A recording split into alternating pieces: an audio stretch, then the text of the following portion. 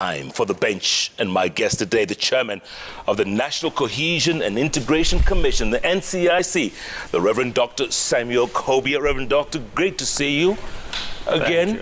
Thank you. And thanks for your time. Thank you, Jeff. Now, today you launched what you call your strategy plan for the next, I guess, few years, right? 5 years. Next 5 years. You're calling it Election Bila Norma. Go on, explain that to us. Yeah.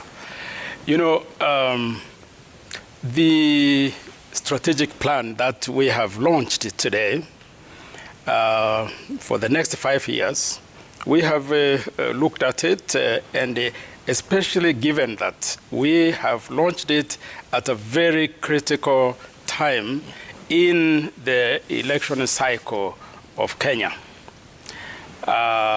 We have therefore decided that the major program that we are going to have at the start of this strategic plan is elections bila norma. That is that we want to start to work. In fact, on the 10th of December of last year is when we launched the roadmap to elections bila norma. We know that NCIC is a creature of the efforts towards making sure that Kenya will not go back to 2007, 2008. Because it's that violence, the way it had started, etc. Now, what we wanted to do is to look at what actually triggers election-related violence. And then we deal with each of that. And so elections bila norma is not only at the time of election itself, is this whole process. And we have divided the period from December of last year into 8 quarters. Every 3 months, we'll have a major activity that will help Kenyans to begin to prepare election bila norma. Yeah.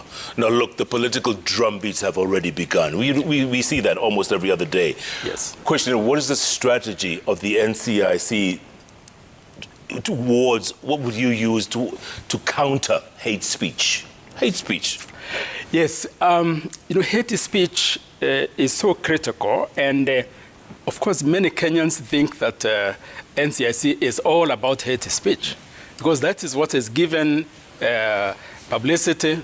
That's what many people remember when we have politicians who we summon and eventually end up in court, or we end up having conciliation with them.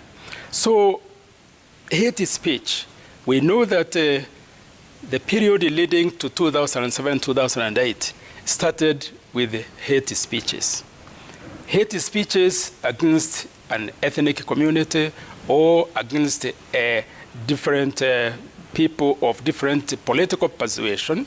So what we wanted to do with hate speech is we are not going to approach it in the usual way we have done it, because we have realized that it takes very long period before a person who is guilty, I put it in quotation marks, of hate speech, because it goes to investigations, then to DPP, then charges are prepared, it goes to the magistrate court or high court. We have cases that have been there for 3 years plus. This is what we want to now avoid.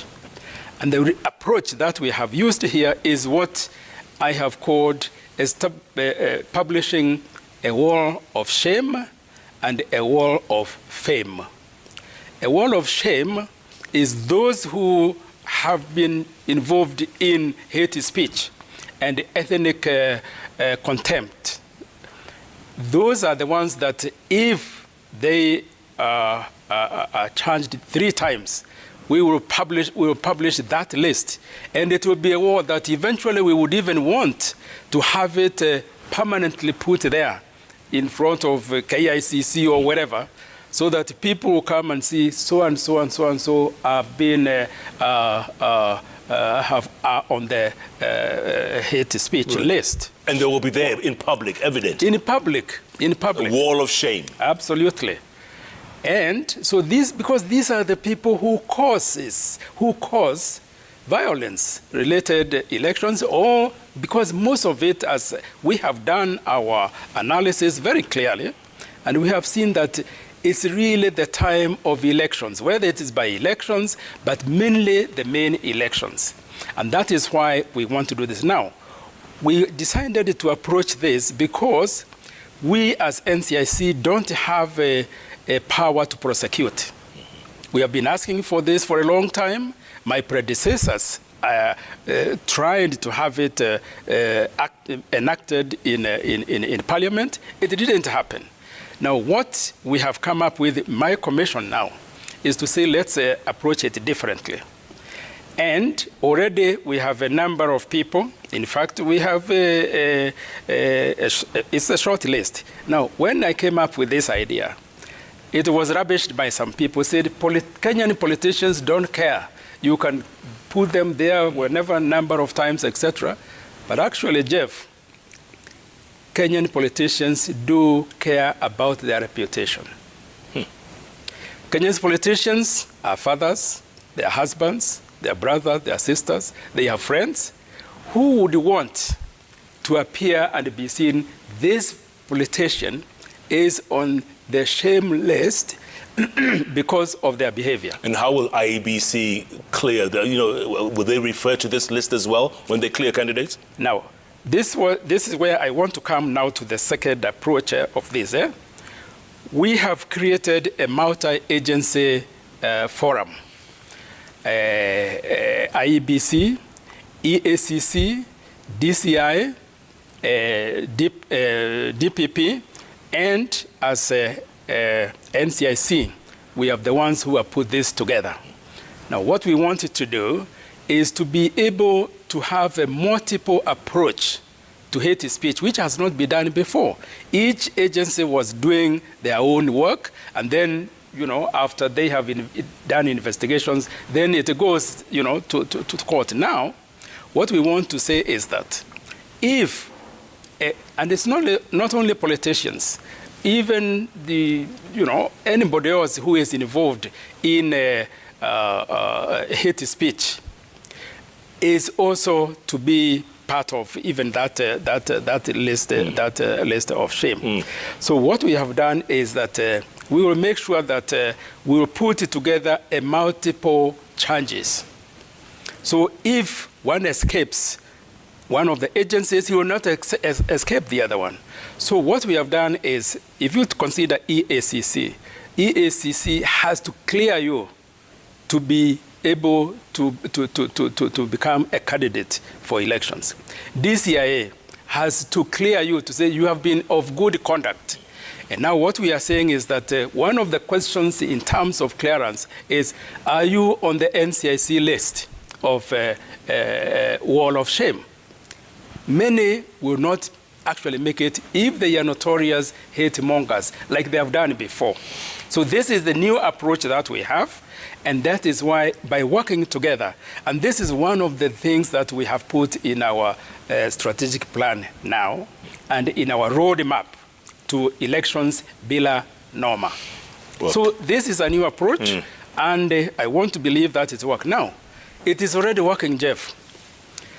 Those who thought that Kenyan politicians don't care, the first time we came up with the 6 names of saying these now, according to our criteria, these can now enter, we can enter them into the list of shame. Some of them came really worried and said, Chairman, really, I want to promise that from now on, if you hear me,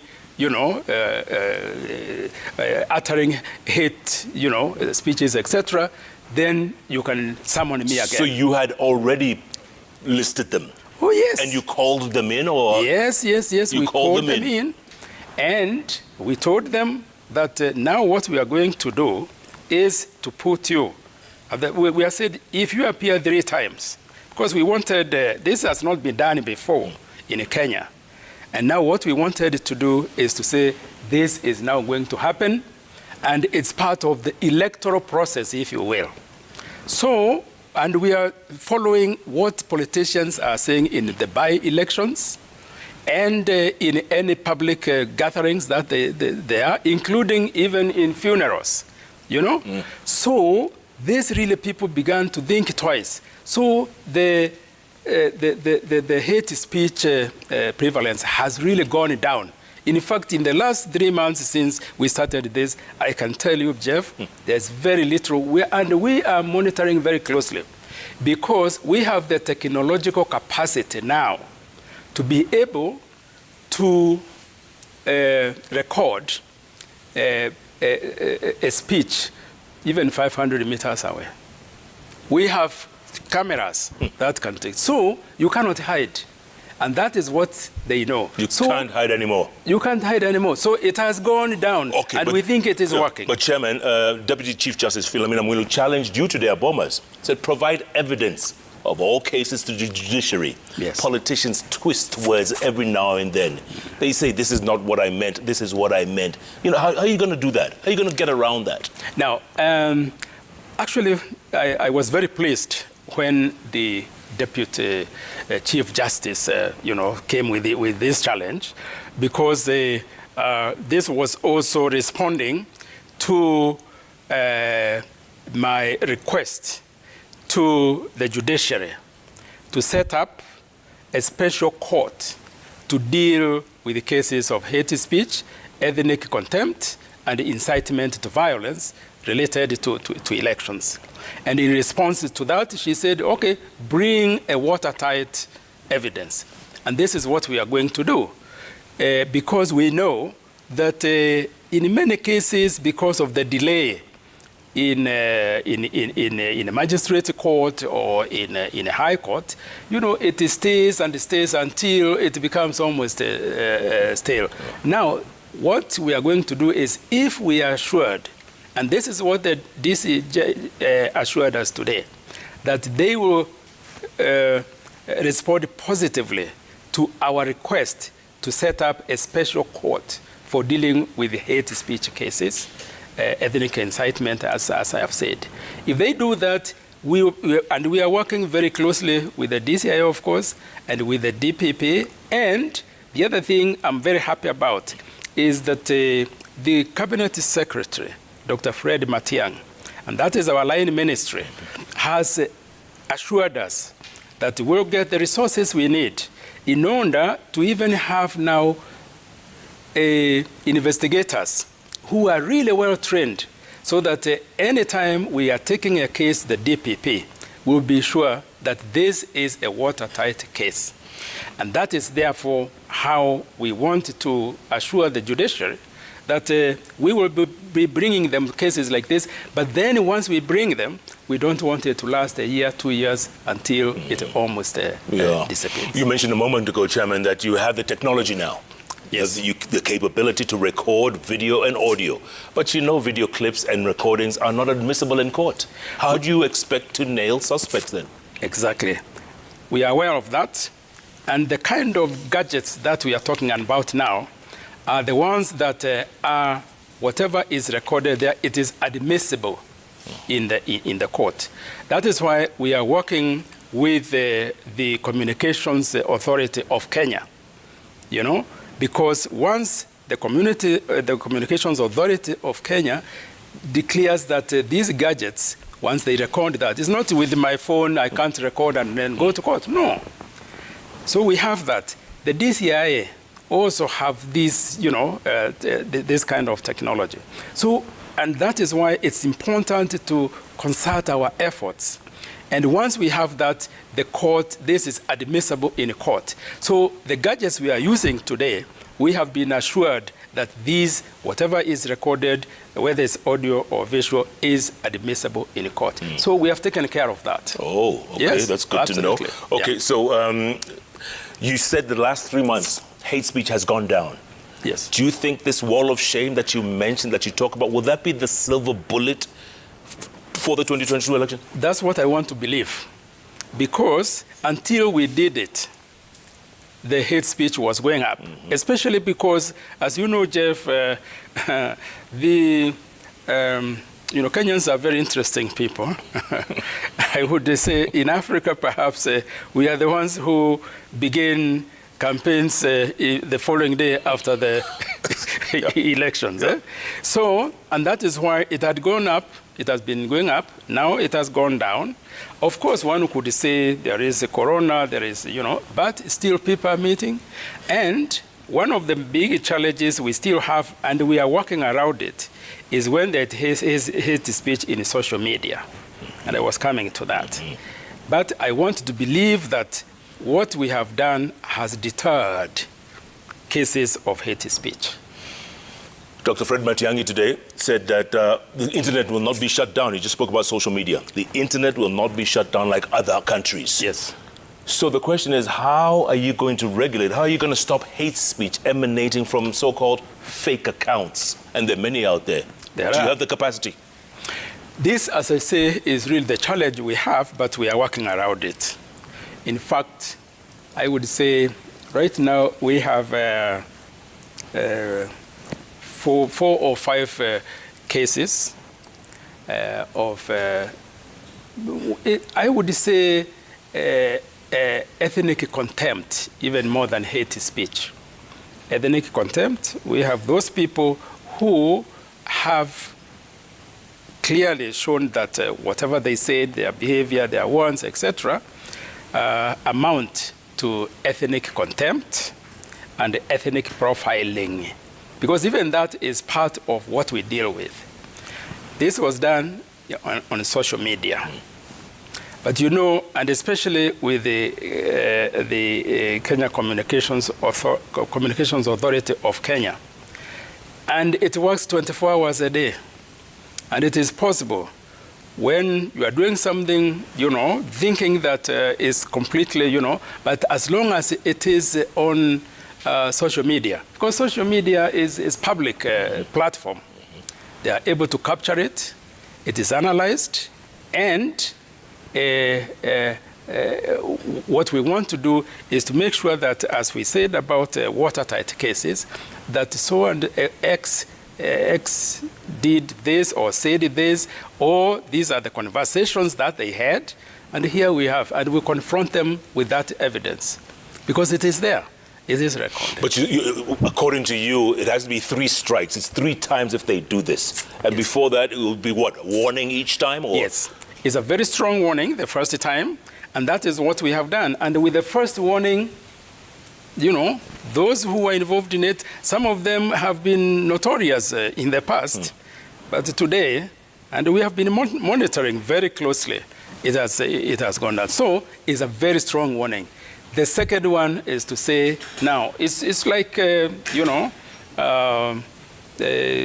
giving a yellow card, and the red card, and you are out. And you're on the wall of shame. Yeah, once you do that, you are on the wall of shame. But let me also say, Jeff, that we also have a wall of fame. Because we don't want to deal with the Kenyans who only are offenders, by having, hate speech, etc., but also those who behave in a way that it promotes ethnic and cohesive living, etc., etc. And we have a very good case here, a politician in Garissa, who we have put on the wall of fame. Was in a public rally, a political rally, and his fans were cheering him, etc. And then they started calling on him to begin to abuse his opponent. And this politician stood and said, look, you are my supporters, I hear you, but what I want you to know is I'm not going to denigrate or do anything that lowers even the dignity of my opponent. If because of that you will not vote for me in 2022, then be it. That is the kind of person that we say, now also should go on the wall of fame, because it's a model. That's the kind of a person we want Kenyans to know. There are politicians of this kind. The other one was in Njoro. And, MP Kadhambi, I could even mention this because this is a wall of fame. I'm not mentioning the names of those who are in shame, so don't ask me for that. I was about to, actually. No. But Mheshimiwa Kadhambi, she's from Meru. She's elected in Joro constituency. And this is one person who has, during her time as a member of parliament, really brought people together of different ethnic communities in her constituency of Joro. And through her work, it has shown that really it can work. Kenyans, as ordinary Kenyans, they really would like to live peacefully together, help each other, etc. So that kind of work does require recognition as being done by a person who should enter the wall of fame. Okay. So you refuse to mention anyone in the Hall of Shame? The Hall of Shame for the moment, Jeff, but when we publish them again... when they get that red card, we will all know. Yeah. Okay, there is a political elite out there, Chairman, who stokes hate, who stokes violence. What will the consequences be? How do you plan to get them? Now, let me say that although what really is known is that we listen, we get hold of these individuals, summon them, they record a statement, we start investigations, and I must say we are really very grateful to DCI because they have seconded 8 very well-qualified investigators. And once they are seconded to us, they became part of our staff now. But what we actually prefer is conciliation. We have quite a number of cases that have been settled through conciliation because what we really wanted to do is to see change in behavior and attitude. Or rather say, first of all, change in attitude and then change in behavior. Because it starts with the attitude. When you profile an ethnic community, or when you say things that are contemptuous of, because they belong to this particular, ethnic community. That is what we are talking about. Now, we know that there are those who have that attitude, but might not perhaps have gone to the level of behavior in doing something now physical, say, about it. What we prefer is we talk with them. We really want to know why is it that this is your attitude, and eventually this is your behavior. That way, we have been able to help many who have actually managed to say, okay, we say you do your own introspection, soul searching, and say whether you really want to be a leader who is known for, as you say, there are cases where some people are fairly, they are known, for to be not only hate mongers, but organizing their community against another community. But we wanted to talk with them, so this is part of another approach that we have. And we are training people who will be able to talk with this kind of people, so professionally, they really know what they are doing. Secondly, we are involved, and this is part of our mandate on healing and reconciliation. And therefore, we want communities, and we have done quite a lot of this. If it were not for the COVID-19, the way we had started, we really would have brought many changes in many communities, particularly in those areas that are hot spots. Yeah. Now, I'll give you an example. In Narok South, we have been involved there, and in fact, today, we had a young boy of 14 years. Do you know, and he gave his testimony during the launch of our strategic plan. This boy said, look, you see me, I'm young and all that, but I was a fighter. Yes, I have used weapons, I have fought for my people. I left the school so that I could go and fight. And he's 14. Yes. 14. He's 14. By the time he started reforming when he was 12. Okay? It is at that time that he began to realize that really, if he continues this way, by the time he is 16, maybe he's dead. He has no future. Yeah.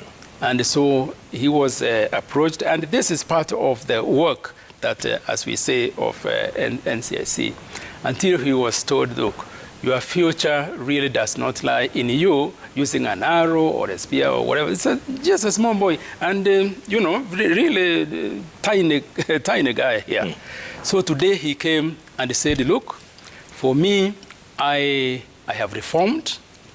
I thank NCIC for what they have done to bring me to this level. I'm back to school. I did not have school fees. Now school fees has been paid.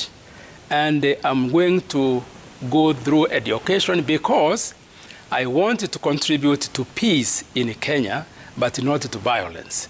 You know, that was a powerful testimony of a young boy like that. And there are other hotspots, Chairman. Do you plan, I mean, the ordinary Mwananchi, do you plan to get them involved in this kind of peace building? Absolutely, absolutely. Is it possible? It is possible, very, very possible. And we already have models on how we can do this. Today, in my remarks, in my speech, I had devoted 2 paragraphs on the importance of working with the Wanjiku. And that's how I call it. But then went on to say that whether it is Mora, or is Kendi, or is Kadambi, or whatever, what we wanted to do is to find ways of making it possible for Kenyans to interact in a way that will begin to know each other better. Because it's only by doing that that we'll be able to deal with prejudices, because there are so many prejudices, as we know, and many young people go through that, the way they are socialized, you know, until it becomes the frame of mind. Like almost normal. Yeah. So that's what we are doing now. What we have realized is that Wanjiku really does not want, because Wanjiku are those people who are struggling, and they know if violence breaks out, they will be the biggest losers. But they are mobilized by, leaders, etc., etc. But we want also to tell the ordinary people. That's why I said, the consequences of this kind of behavior. Whether you are big fish or you are small fish, you have to answer and be accountable for your behavior, for your actions. Yeah, Chairman, there are a lot of critics out there who say the NCIC is a toothless bulldog. Yes. What do you need? What would you need to get more teeth? Yes, I've heard a lot about that, that NCIC is a toothless dog. And the assessment that is made by those who reach that conclusion is only because they haven't heard that we put so many people in prison, etc., and all that. Now, our mandate, when it comes to hate speech, is less than 10%. Our mandate is very broad. So there's a lot of other things that we have done that the ordinary Kenyan doesn't know. And that is why in the new NCIC, I would like really to work with the media in a way that Kenyans will know more about the work of NCIC and not only just the hate speech and how we deal with it. And time also is far gone when we have those leaders who use their people. Once they are even summoned by NCIC, they say mtu wetu anaonewa. And they even come with their people to say, this is our person. But because we have now begun to talk with the ordinary Wananchi, many of them are saying, look, we are, those who you see that they are paid to come to say that it's our person who is being discriminated against. And now what we are doing is the kind of public education which is part of our strategic plan. We are talking not only just of civic education, we are talking of public education as part of this roadmap towards elections bill and norma. Because public education does also deal with the helping people to be conscientized, to know. Of course, there is a question, and there are many organizations, particularly of the legal fraternity, who help Kenyans to know their rights, etc., etc. But we also want to bring that level of consciousness that as an electorate, what you do is not only just to wait until the day you vote, but is also to say, what is it that could create situations or conditions that will make the situations so violent that my future is affected by that. So most of the ordinary people, they say they will not be prepared to be now given just whatever amount of money they are given and go to seeing praises and all that about the leaders. So once we realize that is the case, and this is what we have done through the peace building processes that we have been working on in the last 2 years. Yeah. So what we have realized is that really the ordinary Kenyans would shun violence and all that they needed to be is conscientized about it. That's why we are calling it public education. So public education, as part of the roadmap towards elections bill and norma, we'll talk about the civic responsibilities, we'll talk about the role of the voter, but also we'll talk about your responsibility to participate in peace building and in reconciliation and in things that will create an environment that will not allow for the hate mongers, for these who incite people into violence. So we want this to be a network and a movement, if you will. Because once we do that, then people know, and they can even, check each other, reinforce each other. And once this happens, we'll see a completely new situation. And we have, in last year, we heard in Nande, we brought 5 governors, and even, the immediate former chair of the Council of Governors, His Excellency Oparanya, said he has never been in a place where he spent the whole day with so many governors doing nothing but talking about peace. That was the International Peace Day. And from there, they were able to hear testimonies of people who say, we are not prepared to listen to politicians who want us to be against other people. We want cooperation, and if it is competition, let it be fair competition. So really, this is the ordinary Kenyan that we are talking about, and that is why even today I said we want really to invest a lot of resources in giving the capacity to Wajiko to be able to discern the power that they have. Because it's in the Constitution, yeah, but many of them don't know they have that kind of power. If you were to measure, if you were to gauge the hate and the vitriol in this country on a scale of 1 to 10, where would we be? Before we announced that we were establishing the wall of shame, I would have put it maybe at 7. Today, I'll put it at 3. But having said that, because of course that is not scientific, Now, we have started, and we are now almost in the middle of a study that is going to show the social index in Kenya today. The last time that this was done was 2013, I would say. And the social index showed a 5.6, which is, and this is scientific.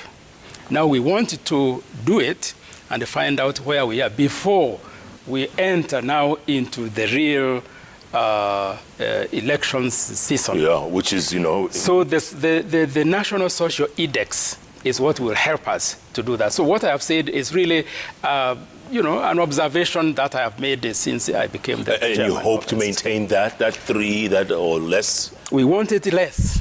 We want it less. We want it to be the exception and not the normal. Yeah. And you were talking about multi-agency cooperation. Are you getting that? EACC, DCI, are you getting that multi-agency cooperation? Yes, very pleasantly, I would say yes, we are getting that. In fact, just 2 weeks ago, when IEBC launched their own 5-year development plan, we talked with the chair and agreed that we are now going to begin regular meetings, in order to be able to compare notes and see where we are with each of these cases. Now, the chairperson of EACC, Archbishop Wapkala, was with us today. He's actually the one who offered the opening prayer. We have agreed that we will continue, to have this meeting. So, I'm going to convene a meeting that will bring IEBC, EACC, the Registrar of Political Parties, DCIA, so that we can come together. Then we have now even a winder platform that has been created by the CS Interior, Dr. Fred Matiang'i, and he mentioned it today. That one now brings others, the IG, the AG, all those, I would say, state agencies who have a legitimate interest in making sure that there's less violence, etc., etc. So it's work, and it will be working at those 2 levels. There is even a 3rd level of what we call Uwiano Platform for Peace in Kenya. Now this one, which was created by NCIC before 2017, brings together civil society organizations, religious organizations, almost half of the commissions, and in fact we met last Friday. We are reactivating this so that now it will also contribute. So what I want really to do, Jeff, is to see that there is a critical mass of those that want to see change in the electoral cycle and electoral processes in Kenya that will ensure that we don't go back to the dark days of 2007, 2008. Absolutely, that's the biggest fear, Chairman. And I think, the easiest thing would be take all these politicians to Kigali, to the Genocide Memorial. Take them all there. That's very interesting because we have actually suggested this, that the elected, leaders should, as part of their benchmarking, they don't go to America and wherever, they go to Kigali. Yeah, absolutely. Chairman, that's the to one. Say, yeah. Look what could have happened. Exactly. We were very close to that. To that. And, it changes people. I did this in my previous job, and it took religious leaders to Kigali. And for the period, that genocide museum, many of them were in tears, and they said, I will do anything and everything to make sure that we don't get there. That's a good point. Chairman, let's take a break, come back and talk about how do we gain the people's trust again. Okay. You know how Kenyans are. We just lost trust in our leadership, in our, in our system. How do we regain that trust? Okay. And also moving forward, Chairman, you seem very optimistic that the next election will be peaceful. We need to reassure Kenyans if that's going to be the case. Okay. Keep tweeting, folks. It's an interesting conversation about the way forward and the general election. Tick tock, tick tock. It's about to start the countdown. What are your thoughts? Let us know at Koinange Jeff, at Citizen TV Kenya, the hashtag JK Live.